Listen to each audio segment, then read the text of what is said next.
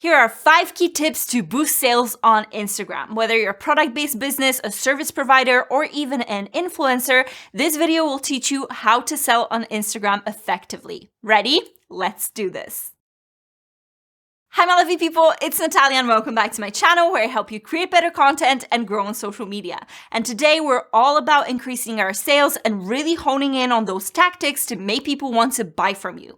I have a lot to say here, so grab a cup of coffee, get ready to make some notes, and let's dive right in. Point number 1, be clear on your offer. The most important thing when selling on Instagram is to be clear on what you offer. If people don't know exactly what you sell and how they can benefit from it, they're not going to buy from you. One thing that I always repeat is that a confused mind says no, and it's so true when it comes to sales.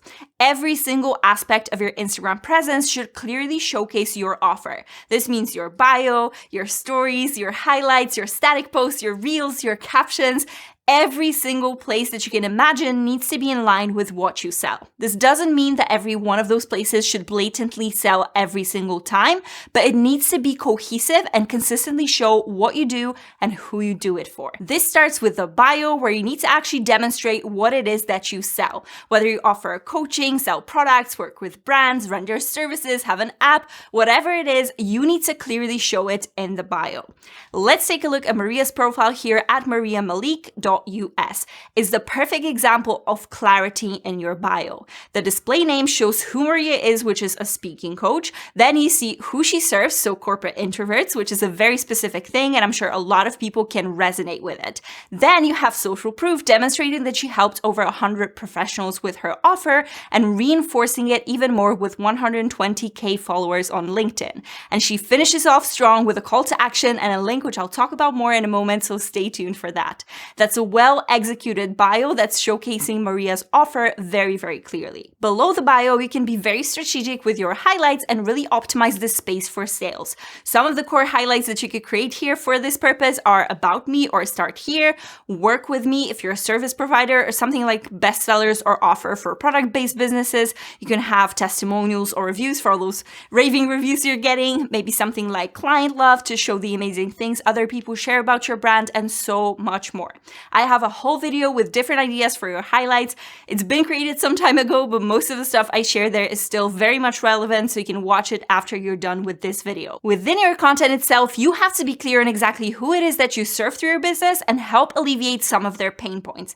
After all, this is how you bring value to the table and showcase your expertise. And your content should nurture your audience and create trust that's so needed for any purchase.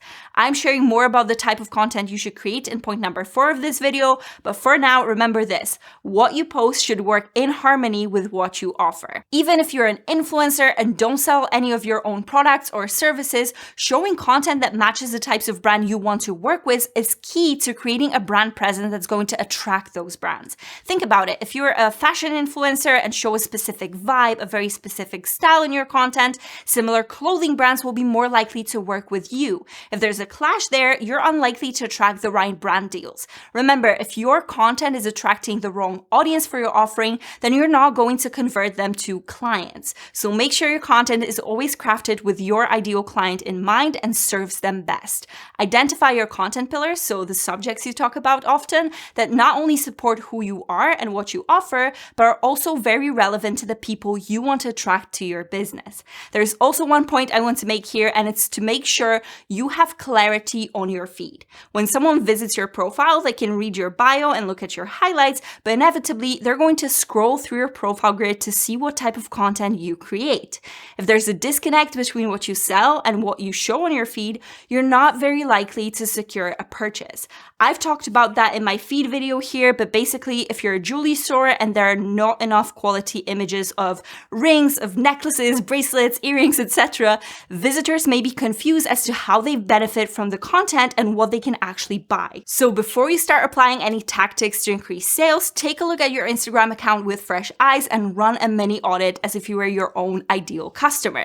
Is every single aspect of your presence clearly showcasing your offer? If not, then fix those as quickly as possible. But if yes, kudos to you. Let's move on to point number 2, calls to action. If you want to sell on Instagram, you have to ask for the sale. And how do you ask for it? Well, with a strong call to action, of course. Luckily on Instagram, we have a few places where we can prompt the followers to make that crucial decision and buy from you. First of all, let's get back to the bio. If you're selling anything, be it a product or a service, it needs to be a part of your link tree or a sole link if that works for your offer. But simply having a link there is not enough to encourage the sale to happen, so you need to verbally direct the visitors of your profile to actually click on it. By the way, this is a mistake that I see very often within bios on Instagram, and people may have a link included in there, but nothing points to it. There's no prompt, no invitation, no promise of what that link can get people. So take a look at these two examples of nail salons here. With both of these bios, we know exactly what they offer, and it's a variety of beauty services with a focus on nails. However, this profile doesn't clearly show us how to book. Sure, we can drop them a DM, but what if we don't want that? What if we want to find out more, see the prices, or just book through a simple booking form?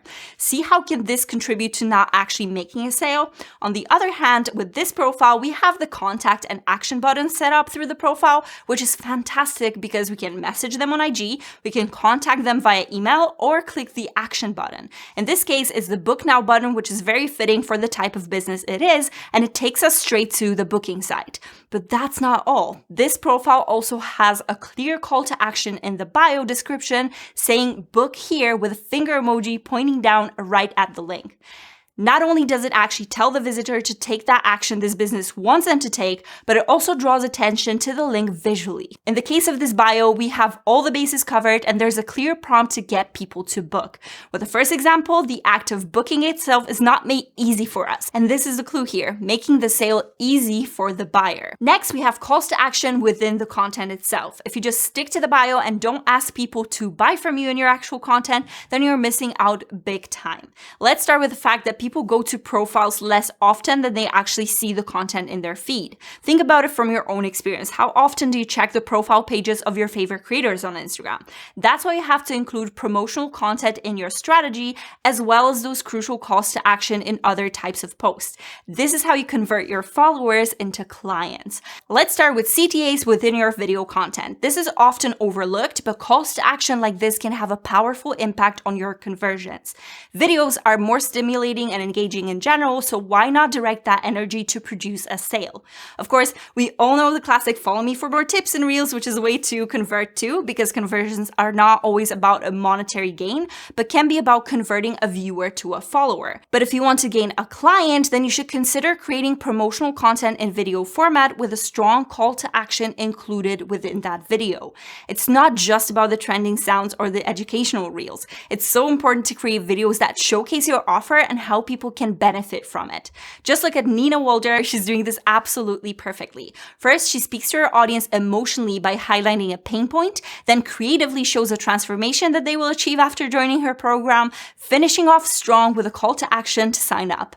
A beautifully executed promotional reel with real value to her audience. In the same way, you can include a call to action on the last slide of your carousel or within your graphic content if it works for the type of post you're creating at that moment. Now, let's move on to captions. Every single caption should have at least one or two calls to action. Take a look at this example right here from one of my recent posts. First, I like to include a call to action for engagement, which is still an important part of nurturing your audience and building a community over time, because this in the long run can contribute to making them your clients too. It worked for me in this case because I got quite a few comments expressing excitement, which is great. But for all those people that may be ready to buy from you right now, include a call to action to point them in the direction of the sale as well. Now, in my case, I wanted people to sign up on the waitlist for my upcoming Canva course, so this is what I included here, but it would work the same way if this was about a purchase straight away.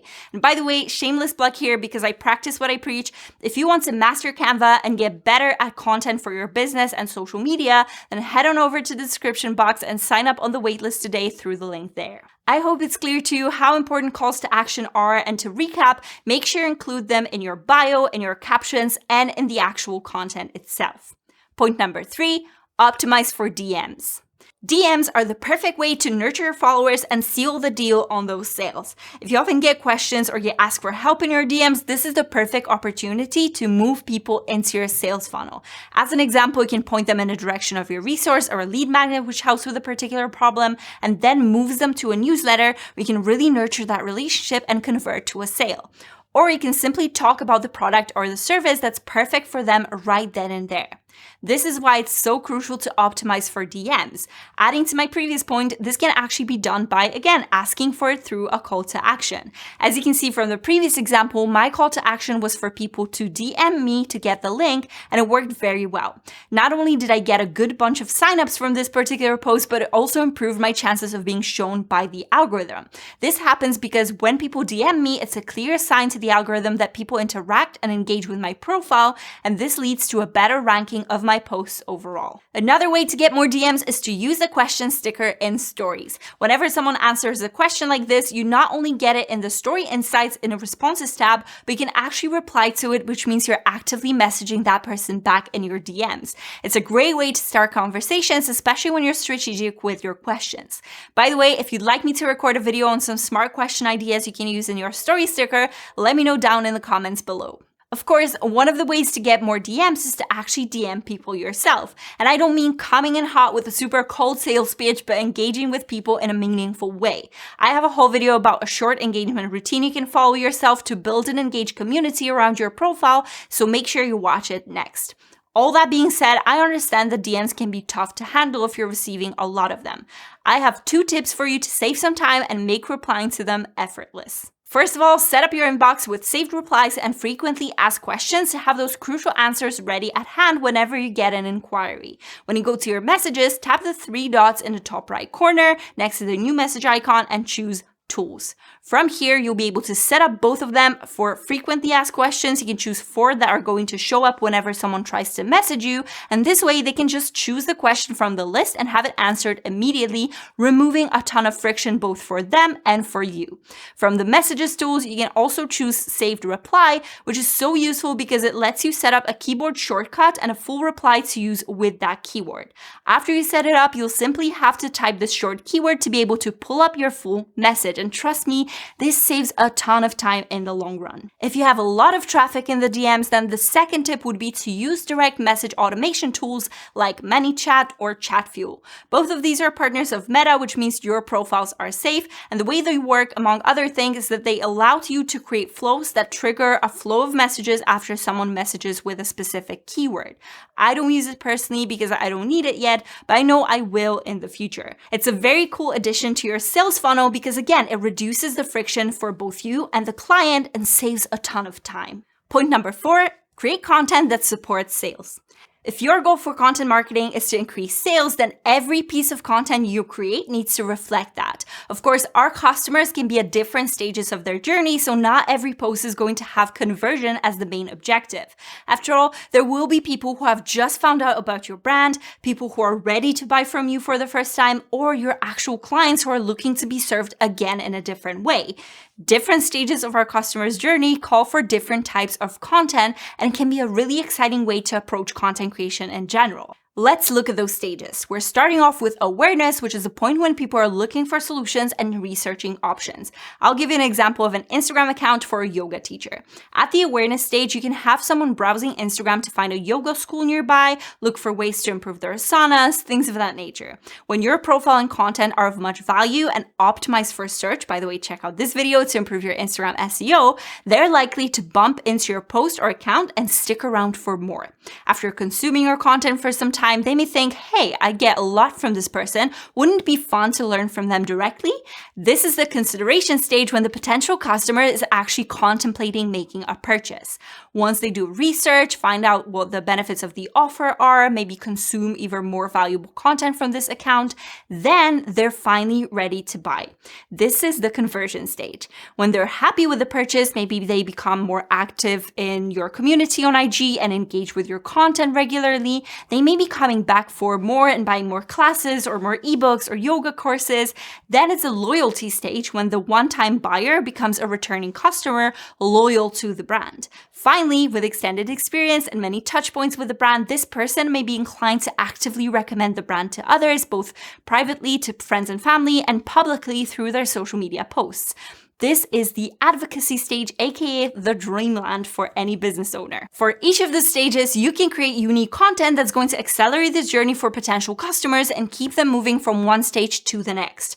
With the awareness stage, you can create SEO optimized posts, educating your audience, solving their problems, and providing them with quick wins.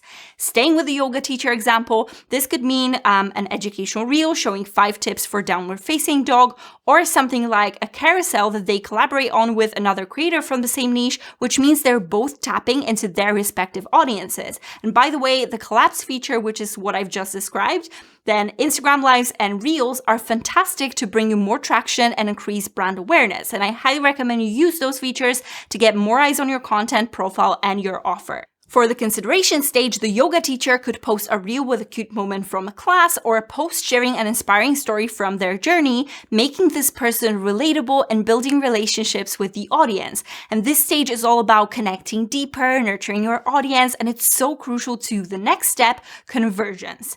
Here, it could be something like a reel showing an impressive client transformation over the span of 1 year of practicing. Then you can share testimonials through stories and showcase the benefits of a particular type of yoga class or explain the offering in a carousel. Remember Nina's amazing promotional reel I mentioned in point 2?